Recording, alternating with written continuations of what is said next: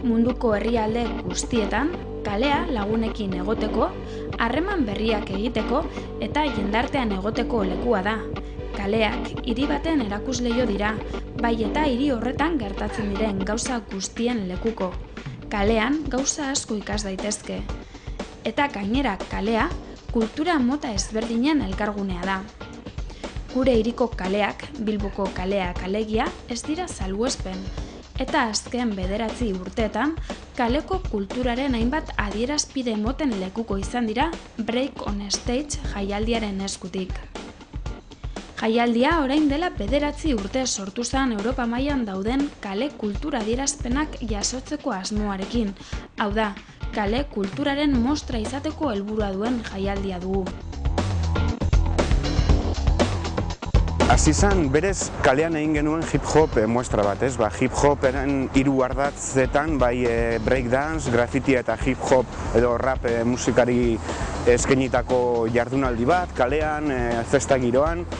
Eta gero, Arriolantzokia be gertu daukogunez, Otuiakun kaleko adierazpen guzti horiek hain ikusgarriak izan da, bazeola modu bat bai, estenaratzeko, ez? Eta estenak ematen dituen bai argi eta soinu infrastruktura horiek horren zerbitzura jartzeko, ez? Eta azkenean bihurtu da aretoko breakdance, ez? Breakdance estenikoa. Kalean egin beharrean, estenatokira salto egitea, ez? Hori da ideia nagusia, ez? Eta horrek bultzatuta edo horrek ematen dituen posibilitatea eta arrakasta ikusita, hortik tiraka egin dugu, ez?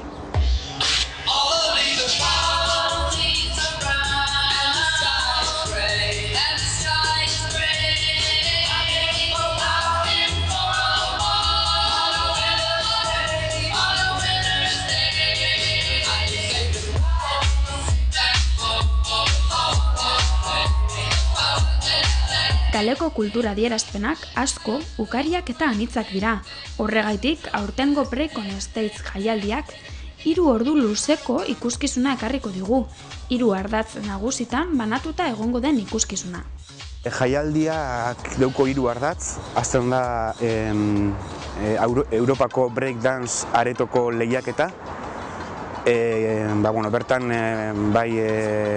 Europatik eta Euskal Herritik 5 talde datoz, bakoitzak 5 minutuko koreografia egingo dau, eta tartekatuko dira, bigarren ardatza dizela kale kulturen showak, ez? Hainbat eta hainbat disiplinen showak, ez? Scratcha, aurten adibidez, izango da, futbol pilota batekin egindako akrobaziak, DJ-aren arritmora, MC-ak, bestelako dantza modalitate asko, baina, pasadan urteetan egin ditu disiplina mordo bat horren inguruan, eta ikusten ari gara, disiplina guztiak ukitu ditugula, ez? Orduen, 3. ardatzarekin, hip-hop kontzertuarekin indartu dugu eskaintza nagusia, ez? Orduen, litzake, Europako breakdance lehiaketa, kale kulturen muestra eta hip-hop kontzertu bat, ez? Violadores del verso, kasu honetan.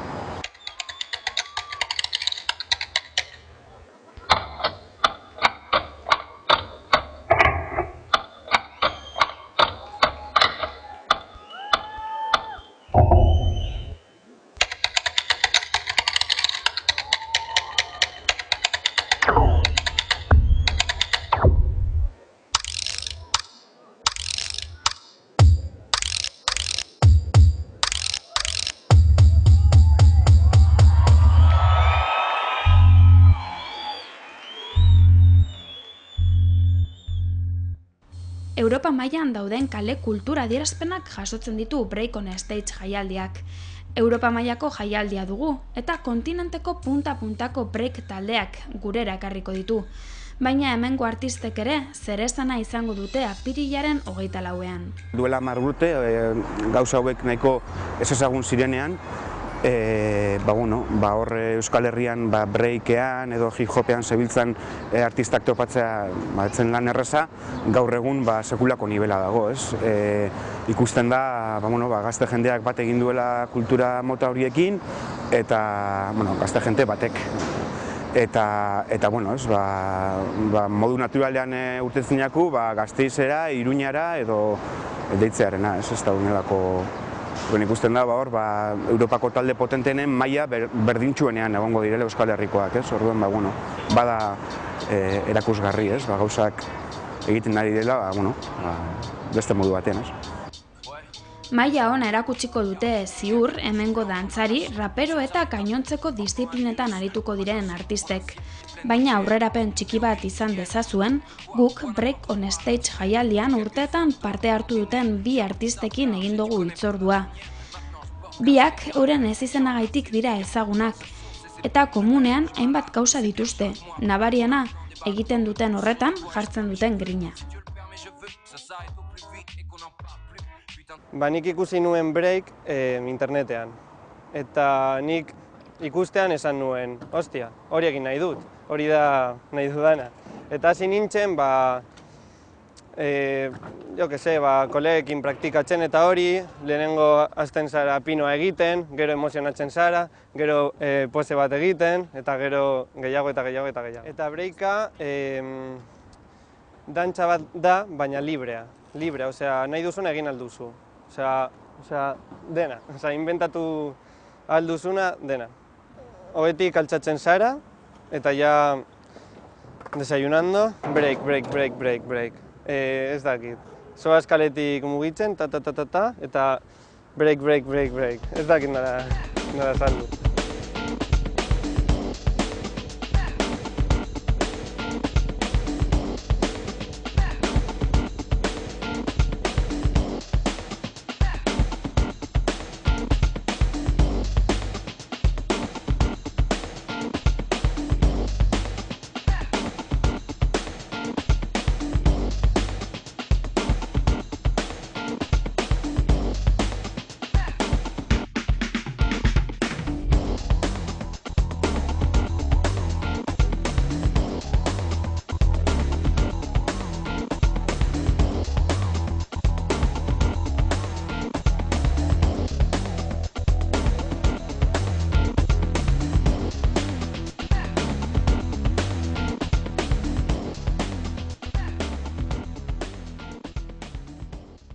Ni hasi nintzen, duela esan dizudan modun, duela 12 urte edo, heldu zitzaidan zintatxo bat, nire anaiaren lagun batena, heldu zitzaidan eskutara, eta hori entzun eta momentuan bertan olako barne estanda bat nabaritu nun, eta izan zen niretzako gauza oso ezberdin bat, eta hain gogor jo ninduenez barruan, esan nun, zerraitik ez dut egingo hau, hain gustoko badut, eta holan hasi nintzen azken finean, hori, bai praktiketan, letrak egiten, improvisazio mailan, eta gutxinaka. Ni hasi nintzen entzuten konpetizio edo lehiaketa moduko raparekin.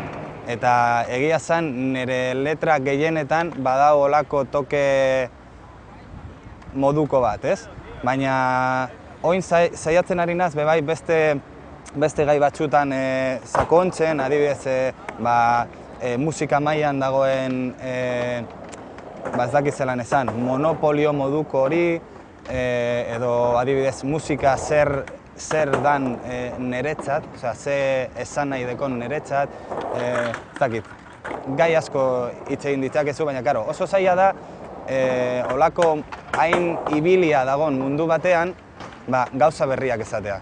Eta, zaila da, buruari buelta asko eman behar dizkiozu, azkenan zozer, edo behintzat, hitz egin da badago, zeuk zeure erara, zozer berria ezatea. Borjak kontatu digunez, raparen barruan bat-batekotasuna lantzen duen modalitatean aritu da gehien bat.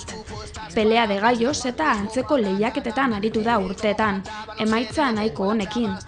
Bat-batekotasuna landu izan duenez, rapa eta bertsolaritza komunean dituzten ezaugarrien inguruan galdetu nahi izan diogu.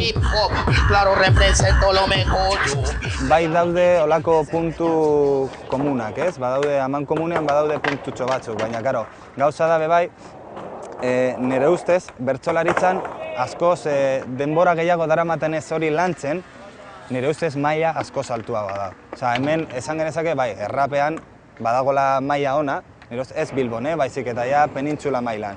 Baina bertsolaritzan improvisazio aldetik nire ustez beste galaxia batetan dauz. Urte askotan hartu du parte Borjak Break on Stage jaialdian, beti ere artista bezala, baina aurten erronka berri bat du aurrean izan ere, aurten aurkezle papera egokitu zaio. Bueno, erronka modun ondo ez, niretzako bebai, esperientze modun gauza berriak sakontzea eta lantzea, ondo beti datorkit, baina apur bat bebai urduritasunarekin, zeren eta azken finean ni daukadan rola edo beti izaten da errapeatzea.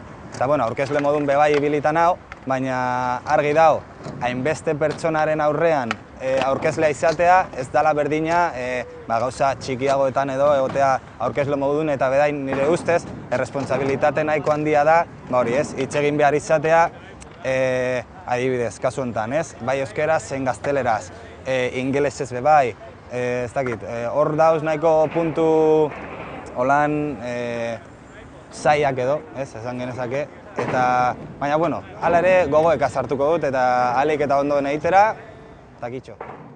Zabalitza zuzure ateak, kateak oin apurtuz, baina ez makurtu ez inoren aurrean, nora etxean, ametxartean, ibili ginen, hola sartu genuen euskera danon etxean, bideo kerraren ertxean, sentimenak darama normalean kaltea, egia esan da paperaren aldean, nera arazo guztiak badoa segan, nundago bakea, akaso dakizute, oilar danak akabo gurela pikuen, indarra deko gutxo beran, erraz, erran dezaket horren honena, baila, zai, hemen txekagoz, petidanik emongo det beharrezko dena, etorkizuneko hasia urten da, auskalo nok entzungo ditun nire letrak, bihotxustelaren itxalitxelak azken finean gogoro stopatzen diardu, alere kolpeak sartu zuntzi dezakegu, bakizu geure jendeak deko defentsa, pentsa, zak nahi dezun irteran, alde batera edo bestera zure aukeran, bizitza aurrera doan enean, gero tarkiago dao nire tankera. Jaialdi oparoa, anitza eta berezia. Horrela definitu dezakegu Break on Stage jaialdia. Aipatzekoa da gainera, jaialdi formatu hau bakarra dela Europan. Hortik bere berezitasuna. Check it out. See, the only thing you need to do right here is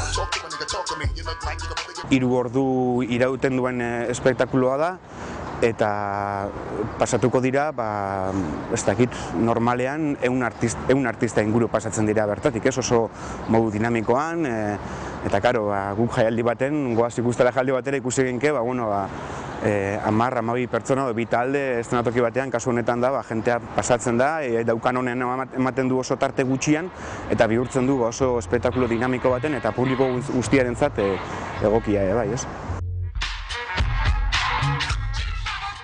Break on Stage jaialdia, apirilaren 24ean egingo da Lakasilan. Sarrerak dagoeneko salgai daude, eta dena prest dago. Hemendik hurbiltzeko gonbidapena egitea besterik ez zaigu geratzen. Jaialdia apirilako 24, zapatuan izango da, Lakasilan. Ateak arratzaldeko 8:30 zabalduko dira, 9:00 hasiko da espektakuloa.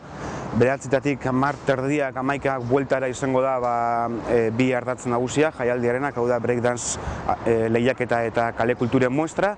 Eta gero, 11:00-tatik aurrera gutxi gora bera, hip-hop kontzertua izango da, Violadores del Verso. Eta uste dugu 12:30-etarako edola, ja bukatuta gongo dela.